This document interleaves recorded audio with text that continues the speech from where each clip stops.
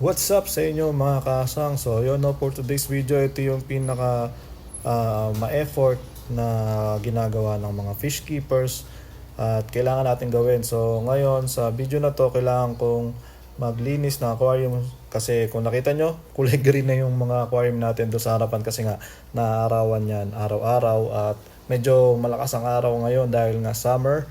At yun, ang iniisip ko kung saan ko ilalagay yung mga isda na tatanggalin ko dito sa mga aquarium na to, no, dahil nga may mga laman yan. At ang plano ko kasi iusog talaga yan dahil nga natatapatan sila ng araw at yan na, nagiging kulay green na nga. Hindi na halos makita yung mga isda. So dito sa part na to, yung pinapatungan ng bike na yan, isasagad ko yan dyan. Ang problema kasi yan is lupa kasi yon, kaya kailangan natin sementuhan muna. So iniisip ko kung saan natin ilalagay itong mga isda na to. Ang gaganda nitong ating mga PKBM. So marami akong PKBM dito, marami rin ako sa farm, pero yun nga, hindi ko masyado binebenta yan.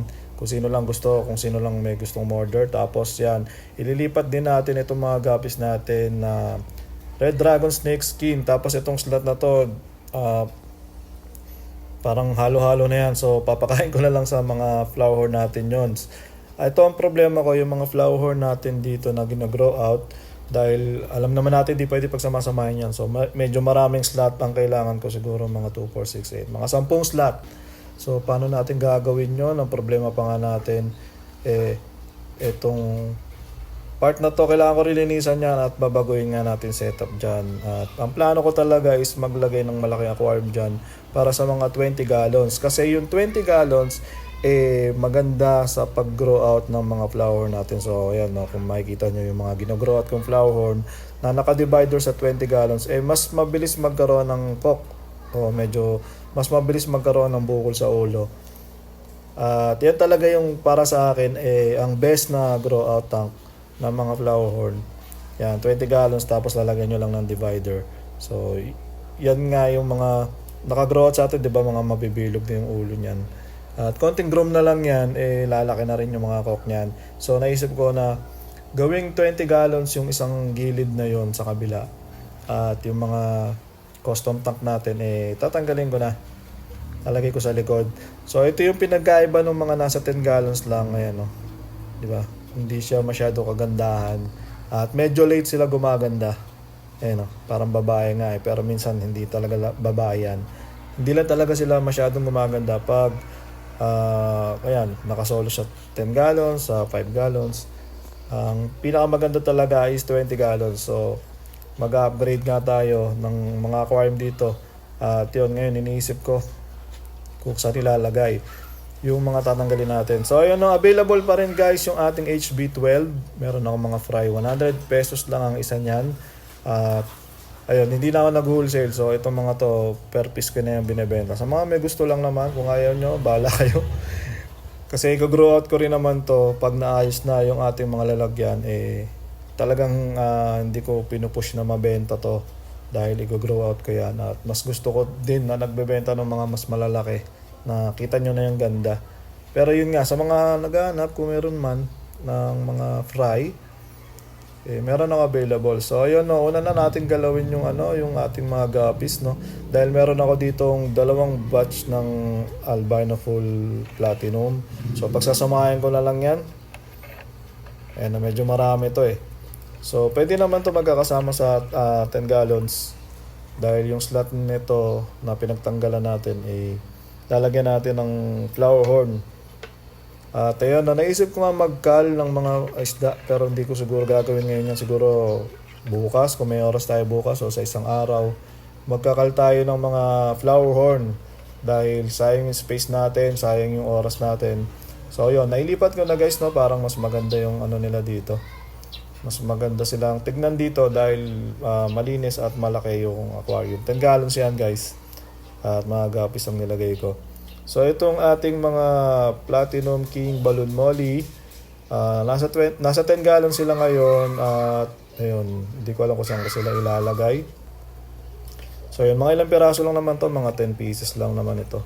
So dito ko na lang yan ilalagay sa yung 10 gallons na may divider. So meron tayong isang slot dito na free. Ayun, ganda.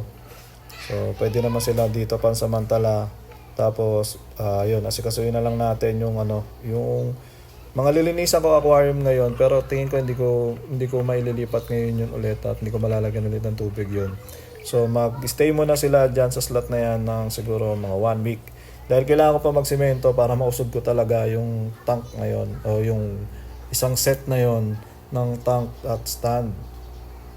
Dahil dati nga kung maalala nyo, di ba, doon ko nilagay yun, nilagyan ko lang ng kahoy. Lumubog yung kahoy kinain ng lupa. So tumagilid yung ano natin, tumagilid yung stand natin at ayun nga, napakabigat nun dahil nga ilang 10 gallons yun, parang 12 pieces na 10 gallons yung nakalagay doon. So napakabigat nun, 120 gallons, di ba? So ito namang ating RDSS, meron akong RDSS na slot doon sa likod, doon ko siya ililipat. So konti lang naman ito, pagsamahin na rin natin. Tapos yun, binibenta ko rin to guys, no, 100 per pair na lang tayo ngayon sa mga guppies. Kahit anong strain, 100 per pair.